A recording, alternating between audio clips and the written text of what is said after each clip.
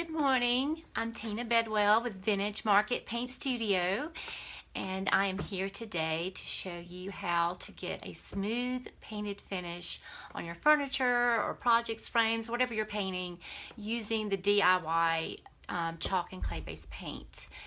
I'm going to be posting this onto my YouTube channel. Once I get it uploaded, I will include the link here too, but you can follow me on my YouTube. Sometimes that might be an easier way to quickly find some instructions and how-tos using the paint products. First of all, what you're going to want to do is have a good brush. These are my favorite brushes, the Paint Pixie brushes. And I always wet my brush a little bit before I start. Just dip it in the water. I only dip it to about right there. I don't go all the way up to what's called the ferrule here.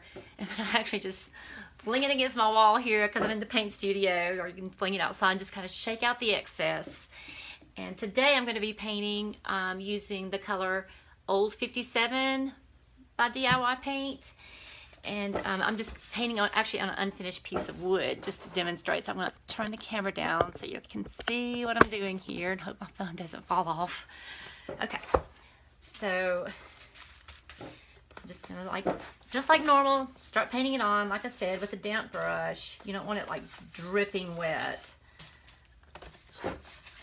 unless you're wanting to do more of a wash of color.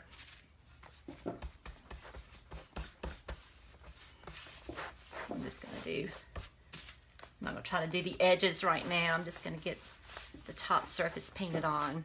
And that's one coat right there. I'm kind of a two-coater, but if you use a good brush, you can surprisingly get very good coverage in just one coat. So now I would let it dry. I'm going to put the hair dryer on it if I'm wanting to speed it up. And then another way, once it's dry, is to mist it for your second coat maybe, and to smooth it on. You can mist it with water. I don't need to do that right now because it's still wet, but that's the first part to get you going. I will be coming back and sanding it to continue to show you how to get a smooth finish using DIY paint, which is a chalk and clay based paint.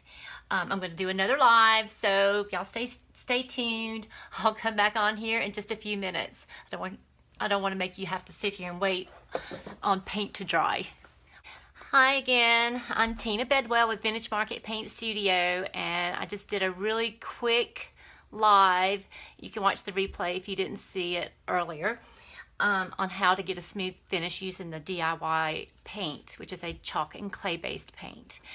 I started with an unfinished board, so it's a pretty smooth finish anyway, but if you're starting with a piece of furniture that's got layers of paint and it's just kind of rough surface, you can sand it first to smooth out. That will help, of course. I mean, if it's a rough surface you're painting on, you're not going to get a perfectly smooth finish anyway.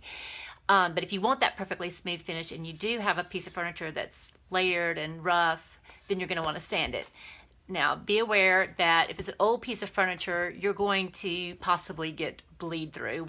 When you start sanding old furniture, it brings out those tannins in the wood, the old stain, grease, who knows, whatever has been on that piece of furniture over the years can very possibly bleed through. And sometimes that bleed through does not show up until you put your sealer on, whether that's wax or an acrylic sealer. You'll get it all painted and you think, oh, this looks so great. And then you'll start putting the sealer on and all of a sudden you'll see all these blotches and can be pretty scary. That's not what I'm talking about here today, but I do have a blog post on how to handle bleed through if that happens on my website. So this is dried. I did go on and put the second coat on and paint the edges. It's going to need, when it dries, you'll notice with the chalk and clay paint, it's going to be lighter than it was when it was wet, but when you seal it, it'll bring it back up to that darker tone it was when it was right out of the container. So now I'm going to start with a 220 grit sanding block. You use sandpaper or a sanding block, and 220 grit is a medium to fine grit sandpaper. So that's pretty much all you need, and you just lightly go over your surface, like basically like using a damp sponge to wipe off your kitchen counters. You're not going to have to use a lot of pressure. It's not a lot of work. You're not going to wear yourself out. You're not going to get a good arm workout. You'll have to go to the gym for that. And the great thing about this paint is too, you can go over existing finishes. You don't need to strip it or take off the finish that's on there unless you're just wanting to take the finish all the way off. Okay, so I'm just going to lightly sand this, and you can feel when you get through painting the two coats, you can feel it's just kind of got what I call an edge to it. It's just a little, it's just not smooth. It's just got this kind of edge. It's not really rough. I always call it just an edge to it. And when you start sanding it, it's going to get really smooth and take that edge off. And suddenly, I mean, it just feels smooth. And you can see the clay and the dust from it that comes off as it takes off that edge. So now it is really smooth. I probably should have showed you. I'll show you an edge. Maybe you can see a bit of a brush stroke. I don't know if the camera's picking it up or not. Now it's pretty smooth. If you want to go even further, like I said, to get it smooth, let me wipe off some of this dust. If you're going to stop there, definitely make sure you get all the dust off before you seal, or that again can prevent you from getting that smooth finish. So if you want to mist it with some water, just a light misting, go over it again with the sanding block, you can get an even smoother finish. Now, if you get too aggressive here, you might take some of the paint back off, because you can wet distress the DIY chalk and clay-based paint. You don't have to use a sanding block to wet distress it. You can use a damp rag that you've wet and squeezed out. I've actually used baby wipes before to distress. I'm not going to distress this board right now, but you can see where it's wet how it looks darker, and here it's lighter. It's going to come back up to this when it's wet. Can you see that? I think I may have my camera turned the wrong way. Okay, let me turn it around, y'all. On YouTube, you have to do your camera horizontal. So I hope that's better. Okay, so there you see it. Super smooth. Be aware that this is also a raw wood. Raw wood, when wet hits it, it raises the grain of the wood, which is going to give it a little roughness too. So once it dries, after sanding it wet, go over it just one more time, real lightly. This end's already pretty dry. It dries really quick. It's not that much humidity going on today, so it's drying very quickly. All right. And just try this yourself at home, and you can feel how smooth it is. It's as smooth, if not smoother, than the raw wood was. So I hope that helps everyone. It's pretty straightforward. That's the great thing about these paints. Okay, I hope y'all have a wonderful day, and thank you so much for joining me today. I hope y'all will join me again when I'm going to try to do some other little tutorials so you can kind of see how to do things. But again, you can look for how-tos on my website as well as my YouTube channel. Y'all have a wonderful day. Thank you. Okay, hi again. That was a video that I did live on Facebook, and I apologize for the sidebars. It started off good with the first video, but then the second video, things got weird with the camera. Facebook is you do things vertical. YouTube, you do things horizontal with the camera and videoing. So hopefully this will end a little better. But I wanted to add the sealing part of it, because I didn't talk about that in my live video. And there's two ways that you can seal.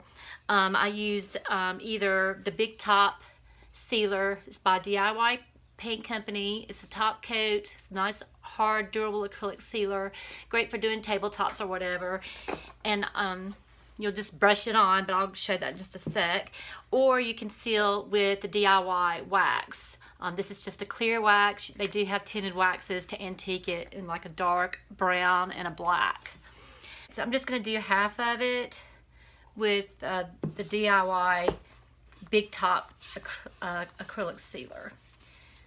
So, and it goes on, it flows on really well, so you're going to maintain that smooth finish that you got from sanding, or that I got.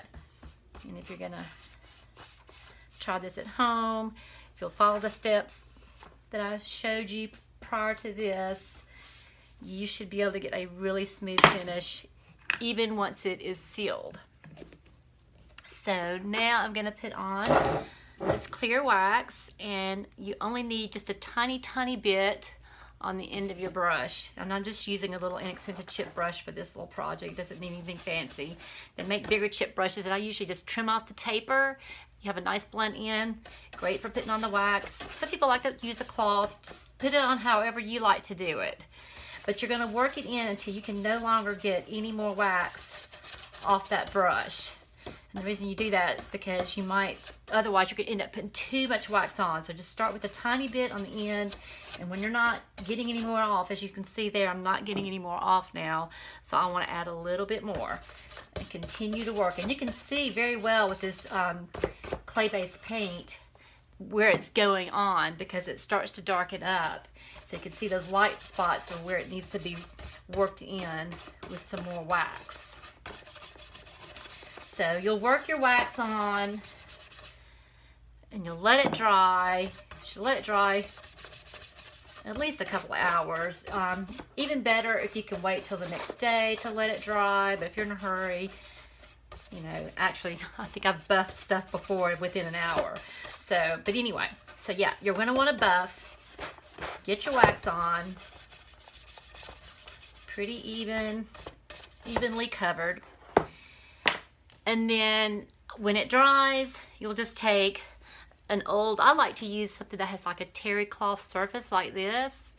It's great for buffing up that nice sheen.